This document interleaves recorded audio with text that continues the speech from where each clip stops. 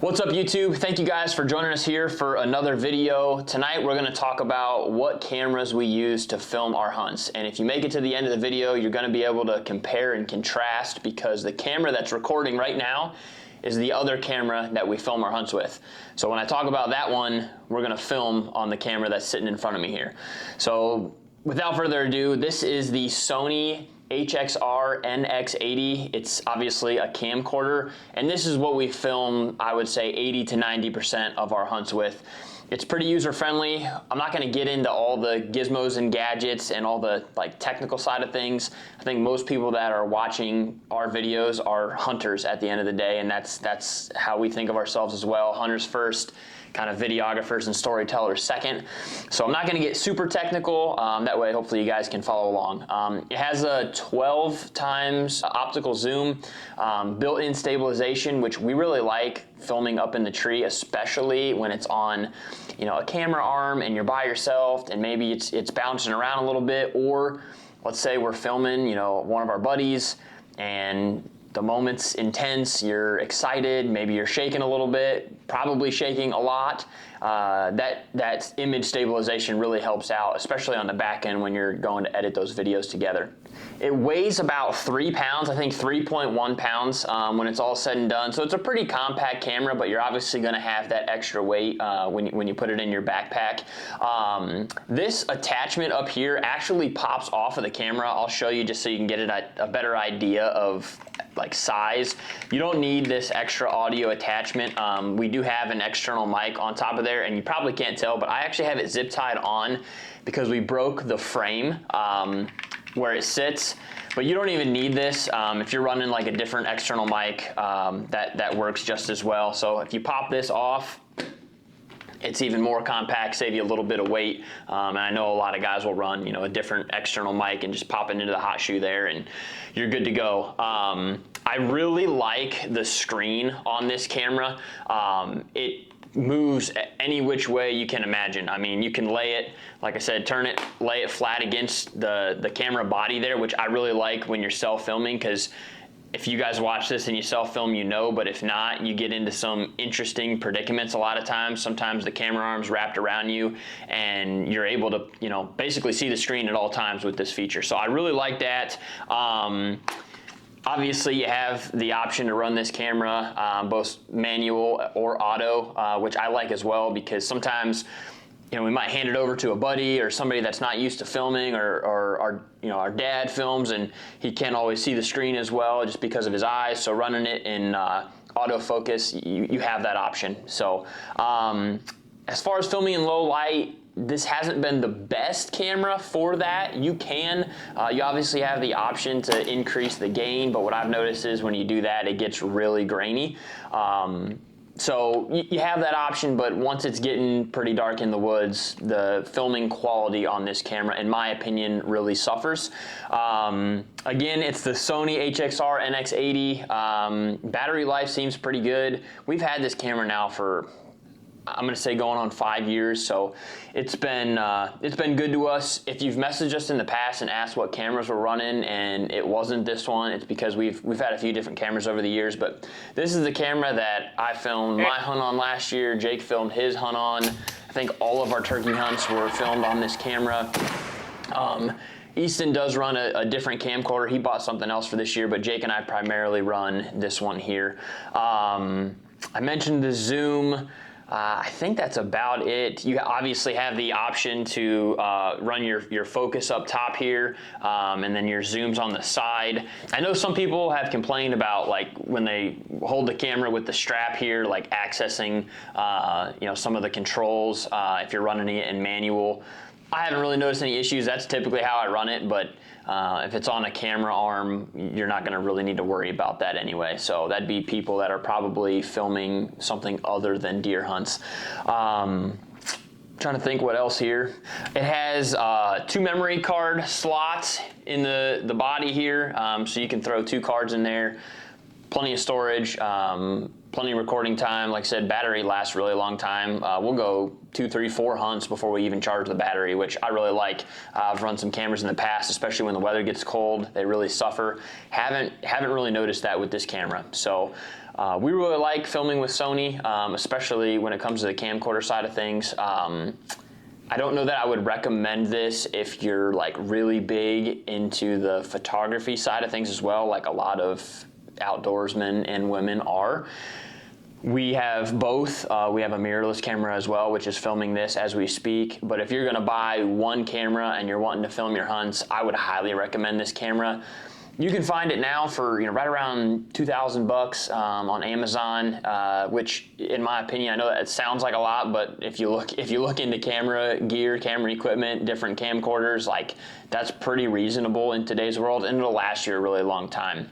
You're filming for the entire season. Like I said, we've gotten 5 years out of this thing already, and I don't know how many hundreds of hunts. So when it's all said and done, that's really, in my opinion, not too much for what you're gonna get out of it. So again, that's our main camera that we film our hunts with. I'm gonna kind of flip things over here and show you what we film, I'd say the other 10 to 20% of the time with, and then run all of our photography with.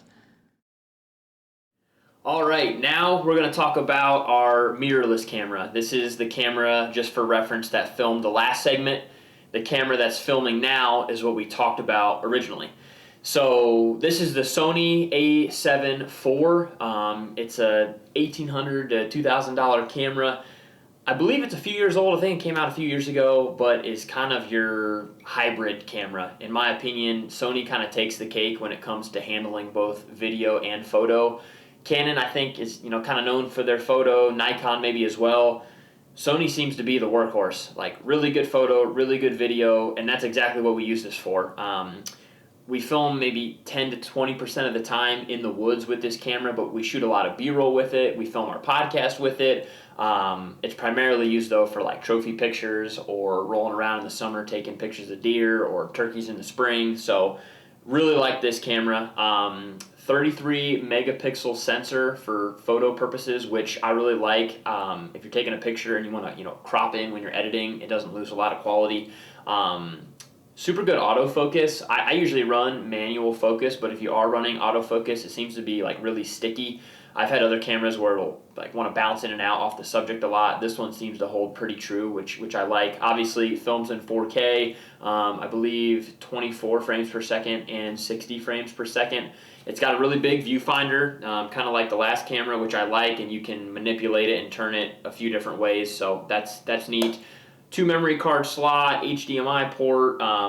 In my opinion, the controls on this camera are really user-friendly. Like even once you get into the menu screen, pretty easy to maneuver around, easy to understand. And anymore, if you're having trouble with something like this, a quick YouTube search is going to get you the answers. So this camera's been really good to us. We do sometimes use it as like a second angle camera in the tree, but like I said, most of the time it stays in our pack. We're using it for photos or maybe some B-roll here and there to kind of mix in when we edit with our camcorder footage. So the lens that I have on this camera right now is a Tamron 28 to 200 millimeter lens. This exact setup is what we film our podcasts with. If you watch those, this is what we use. If I was going to be taking a lot of like wildlife pictures, I would swap this lens out for the Sony. This is the Sony 200 to 600 millimeter. This is kind of like the beast. We call it the 600. It's your like top of the line, top tier, but affordable wildlife photography lens. I know a lot of people use it for sports photography as well, but like summer nights, like tonight for example, I'm running this lens. I actually took some pictures of some piebald fawns, which I've never seen in my life. I don't think I've ever seen a piebald deer in person ever, and I saw 2 fawns that were piebald tonight. I'll lay them over the screen here. But if you've seen any of our photos like on Instagram, it's probably with this lens, but shot on the Sony A7 IV. So again, we get a lot of questions about like what we would recommend for someone that's going to be getting into filming their hunts. I would not probably go with a mirrorless camera if you are exclusively filming. If you want to dabble in the photo side of things, you may consider, but this is a lot harder to control in the tree, in my opinion, if you're self-filming. Now, if you're filming with a buddy, this may be a good option for you, especially if you want to take photos. But if you're going to be filming by yourself, I would go with a camcorder personally. And you don't have to, spend thousands upon thousands of dollars if you're just getting started. We've been at this a long time. As I've mentioned before, if you've listened to any of our stuff, our dad started filming our hunts back in like the early 2000s, before it was cool, before there was YouTube. So we've kind of had a natural progression of cameras over the years, and we'll swap in and out again.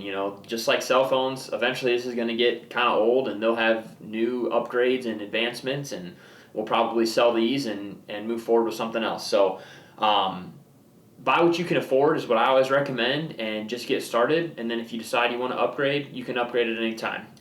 So that's what we use to film primarily. We will run a GoPro in the tree from time to time for a second angle. This is a 360. I will say we haven't had the best luck with GoPros. I know they have a pretty good reputation, but we've had a lot of them kind of take a crap after a year or two. So I've been looking at some different action cameras. We may go a different route this year, but for now we've been running the GoPro when we do run a second angle. I also wanted to mention, I don't know if I said this earlier, but if we are in the tree together, like if I'm hunting with Jake or if I'm hunting with Easton, I'll just freehand the camcorder most of the time, occasionally the mirrorless.